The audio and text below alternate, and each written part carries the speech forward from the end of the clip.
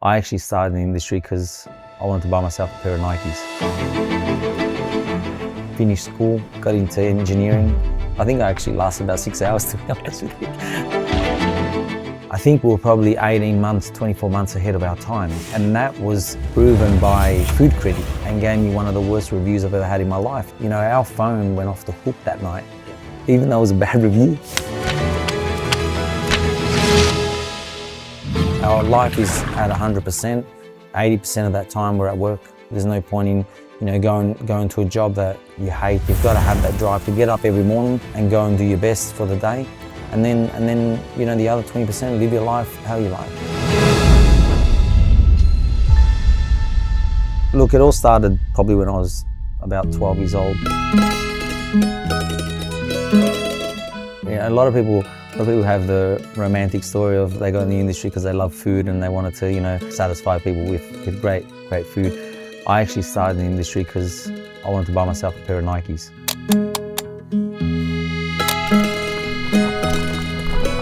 Growing up in a pretty low economic family, didn't have much that we could spend on, so I thought the only way I'm going to get these runners that I want is to go out and work. So that's what I did. I just started, washing dishes and then slowly getting into cooking and then, helping out everywhere, pretty much in the kitchen, in the pizza section. Finished school, got into engineering, lasted 2 days. Not even, I think I actually lasted about 6 hours, to be honest with you. I was in my first lecture and I picked up and asked to be excused to go to the bathroom. And picked up my bag and never went back. So I went back into the restaurants and kept working, and that's where I thought, okay, I think this is what I want to do. I love doing this. I love talking to people. I love seeing people's smile on their face when they're eating something that was made well. We're famous for our gnocchi. It's been on the menu since day one. The dish has not changed. So 15, 16, nearly 16 years this year, we do not change that dish because, my dad was amazing at making gnocchi. I, from a young kid, understood what gnocchi should be like. A lot of people are used to buying packet gnocchi where they're really tough and hard. So sometimes people say, oh, your gnocchi's too soft. Well, that's what gnocchi should be like, right? I saw a gap in the market for really high quality pizza. Yeah. So, I ended up opening up my own little place when I was 19.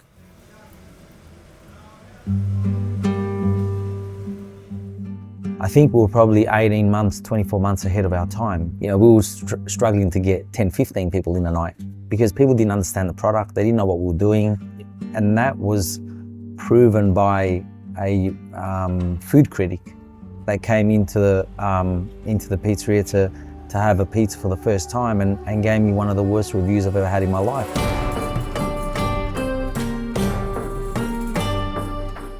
Our phone went off the hook that night, even though it was a bad review. Back then, the old answering machines, and it was only maximum 99 messages per unit. It was at 99 and the phone just didn't stop ringing. And I thought, wow, why has this happened? And I think the biggest mistake the reviewer did was he put a photo of the pizza, double spread, in the paper. And people were like, that's pizza from Naples. I want that. All the people that were either from Naples or traveled to Naples came here to experience the pizza.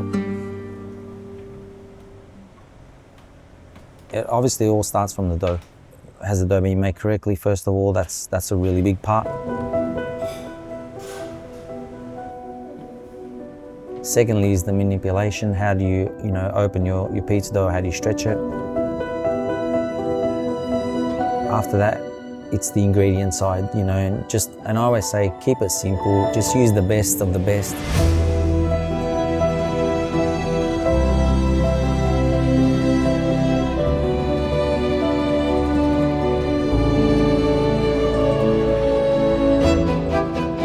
And you don't need to do much to it, right? You're not reinventing the wheel. And then, probably, the hardest part is being on the oven.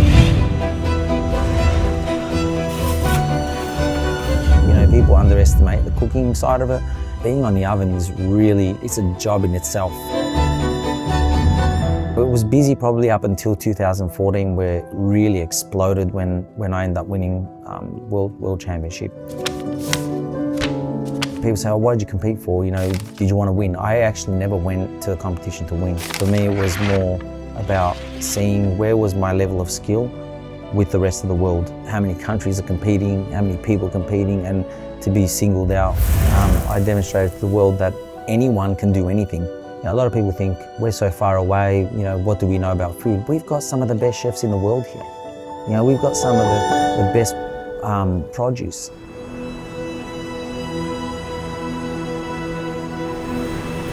One of our side dishes, at the moment we're doing cime di rape, which is an Italian dish grown here in Australia, but then I'm cooking it the Italian way.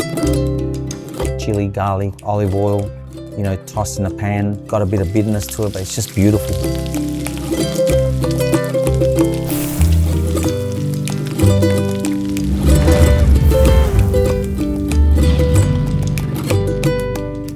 You can have it on top of your pizza, which is absolutely delicious. In a panino, put it in a sandwich. You know, there's so much you can do with that dish, it's incredible.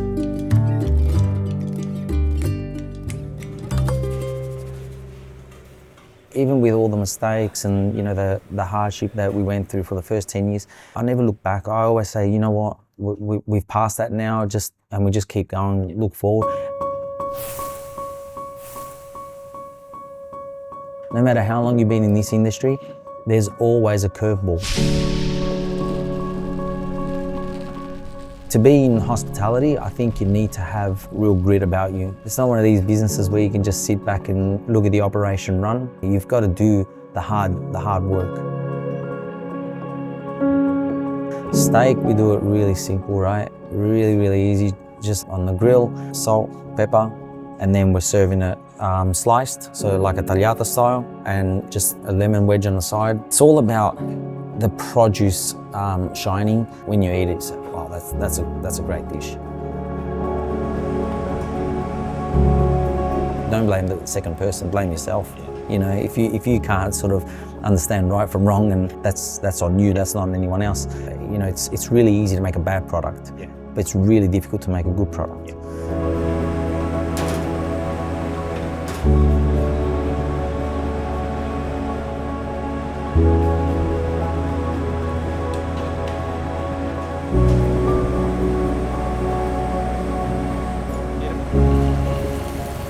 Look, it depends what fish we're cooking. Like at the moment, we've got barra on the menu. You know, it's just pan seared, bit of a crispy skin, puree on the bottom.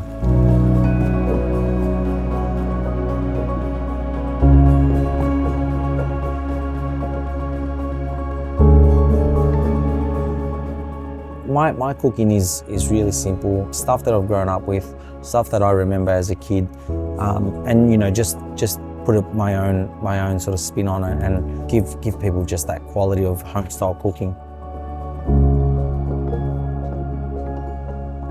Look, our menu is predominantly designed around sharing.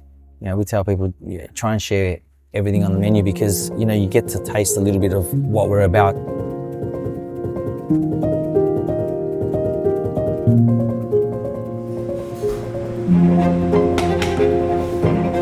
If I had to guess on how many pizzas that we're doing a week across the whole business, we're probably talking about 150, 160,000 pizzas a week.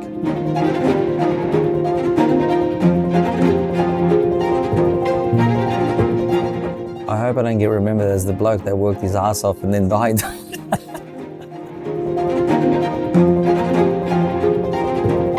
Our life is at 100%. 80% of that time we're at work. There's no point in, you know, going to a job that you hate. You've got to have that drive to get up every morning and go and do your best for the day. And then, you know, the other 20%, live your life how you like.